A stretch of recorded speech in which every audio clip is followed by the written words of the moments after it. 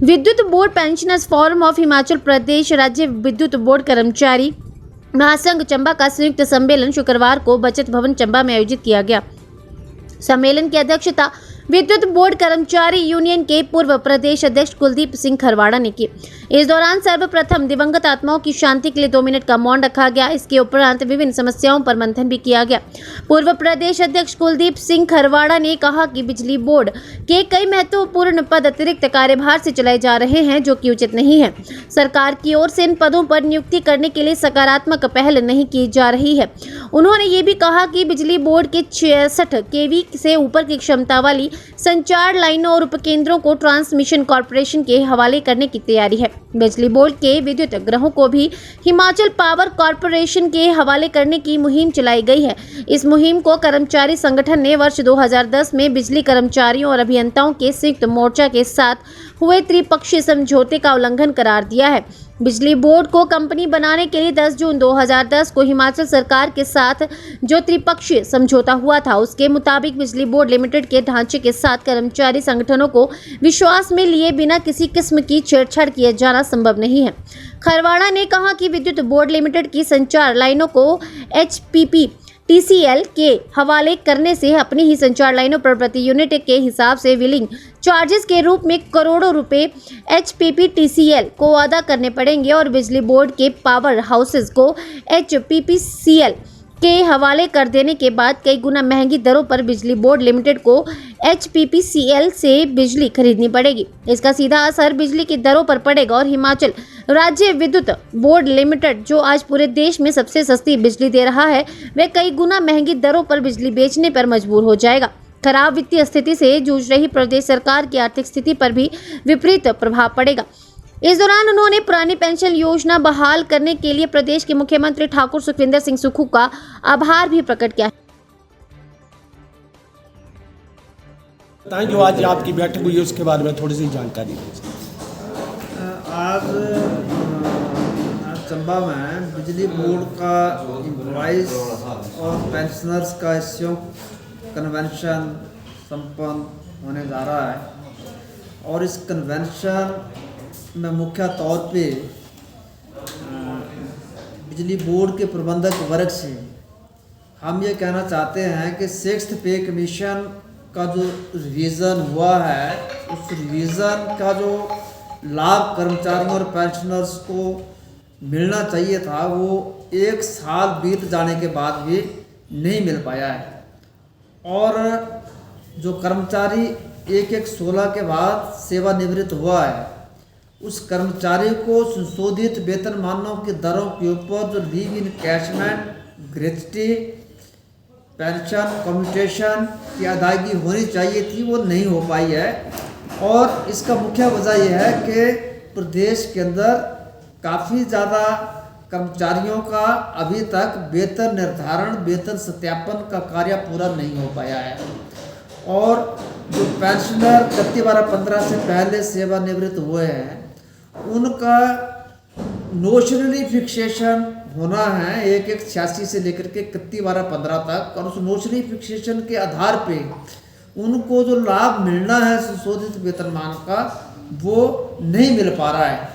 और इसमें मुख्य तौर पे हम कहना चाहते हैं कि जो वेतन सत्यापन और पेंशन रिवीजन की जो ब्रांचेस हैं, वहाँ पे अतिरिक्त स्टाफ मुहैया करवाने की ज़रूरत है। और इसके साथ साथ निचले स्तर के ऊपर जहाँ पे वेतन निर्धारण का काम सही नहीं हो पा रहा है या उचित समय पे नहीं हो पा रहा है, मैनेजमेंट इसकी तरफ भी ध्यान करे और इसको सुचारू रूप से चलाए। और इसके साथ साथ बिजली बोर्ड का जो पेंशनर है, उसको 3% महंगाई भत्ते का जो किस्त जारी होना था, वो नहीं हुआ है, एम्प्लॉयज़ का हो गया है। हम ये कहना चाहेंगे कि पेंशनर्स का जो 3% महंगाई भत्ते का नोटिफिकेशन है, वो अतिशीघ्र जारी किया जाए। और इसके साथ साथ हम ये कहना चाहेंगे कि हिमाचल सरकार ने देश के कर्मचारियों को पुरानी पेंशन बहाली का नोटिफिकेशन जारी किया है, जिसका पेंशनर फोरम और विद्युत बोर्ड एम्प्लॉयज यूनियन स्वागत करती है। इसका नोटिफिकेशन जो बिजली बोर्ड के अंदर NPS का कर्मचारी सेवानिवृत्त हुआ है या एनपीएस के दायरे में आ रहा है, उसके लिए जो अधिसूचना जारी होनी थी वो फाइल पेंडिंग है, अनावश्यक देरी हो रही है, जिसकी वजह से पेंशनर व कर्मचारियों में भारी आक्रोश पनप रहा है। हम हिमाचल बिजली बोर्ड की मैनेजमेंट से कहना चाहेंगे कि ये नोटिफिकेशन अति शीघ्र जारी की जाए। ये हिमाचल सरकार का एक राजनीतिक फैसला है, पॉलिटिकल डिसीजन है, और इसको अति शीघ्र इम्प्लीमेंट किया जाए।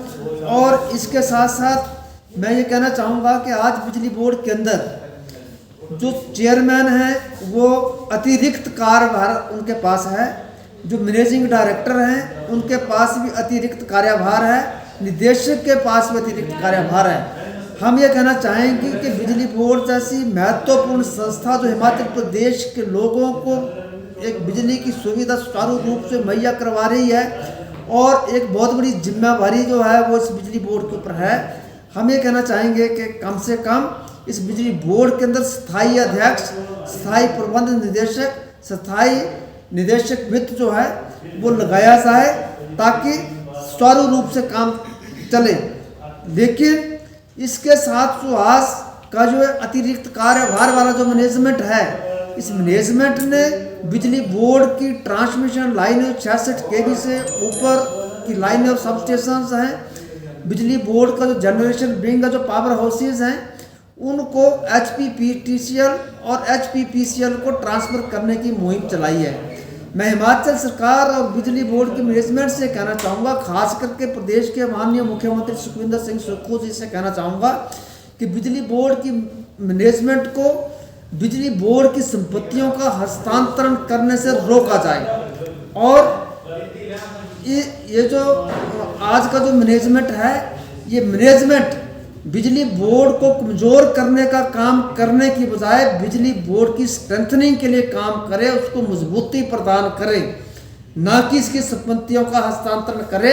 और हम हिमाचल सरकार और बिजली बोर्ड की मैनेजमेंट के ध्यान में लाना चाहेंगे कि 10 जून 2010 को हिमाचल सरकार बिजली बोर्ड की मैनेजमेंट और एम्प्लॉयज़ के बीच में त्रिपक्षीय समझौता हुआ है, और उस समझौते के तहत बिजली बोर्ड के वर्तमान स्वरूप के साथ किसी किस्म की छेड़छाड़ विदाउट द कंसल्टेशन। और हम ये कहना चाहेंगे कि ये जो त्रिपक्षीय समझौता हुआ है, ये समझौता सरकार, मैनेजमेंट और एम्प्लॉयज़ के ऊपर बाइंडिंग है कि उस समझौते का सम्मान करें। और इसके साथ जो एग्रीमेंट हुआ है, उस एग्रीमेंट के तहत बिजली बोर्ड का जो रिटायरी है, बिजली बोर्ड का जो पेंशनर है, उसका तमाम लायबिलिटी जो है, उसका जितना टर्मिनल बेनिफिट्स है, उस सब का अदायगी HPSCB लिमिटेड करेगा उस एग्रीमेंट के मुताबिक। और अगर HPSCB लिमिटेड का कोई फेलियर रहता है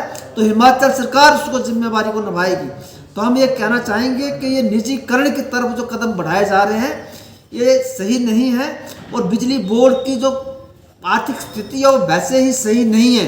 और आज बिजली बोर्ड को RDS योजना के तहत स्मार्ट मीटरिंग की योजना लेकर के आए हैं, जिससे बिजली बोर्ड लगभग 2600 करोड़ के कर्ज के बोझ के तले दब जाएगा। और आज हम ये कहना चाहते हैं, जो बिजली बोर्ड आज 500 रुपये का इलेक्ट्रॉनिक मीटर मुहैया नहीं कर पा रहा है, वो RDS योजना के तहत 10,000 का मीटर लगाने जा रहा है। और उस 10,000 का मीटर लगाने से बिजली बोर्ड के रेवेन्यू में कोई 1 रुपया का बढ़ोतरी नहीं होगा, क्योंकि हमारा जो इलेक्ट्रॉनिक मीटर है ये एक डिजिटल मीटर है, और ऐसी ही रीडिंग जो है वो स्मार्ट मीटर भी देगा। तो 10,000 का मीटर लगाने का ज़रूरत नहीं है। अगर ये RDS योजना हिमाचल प्रदेश के अंदर लागू होती है तो बिजली बोर्ड की जड़ों को खोदने का काम करेगी, और बिजली बोर्ड की जो स्थिति है उसको और ख़राब करेगी, ये मैं कहना चाहूँगा। और पत्रकार बंधुओं का अपने सम्मेलन में, इस कन्वेंशन में हार्दिक स्वागत करता हूँ। हिमाचल प्लस न्यूज़ के लिए चंबा से ब्यूरो रिपोर्ट।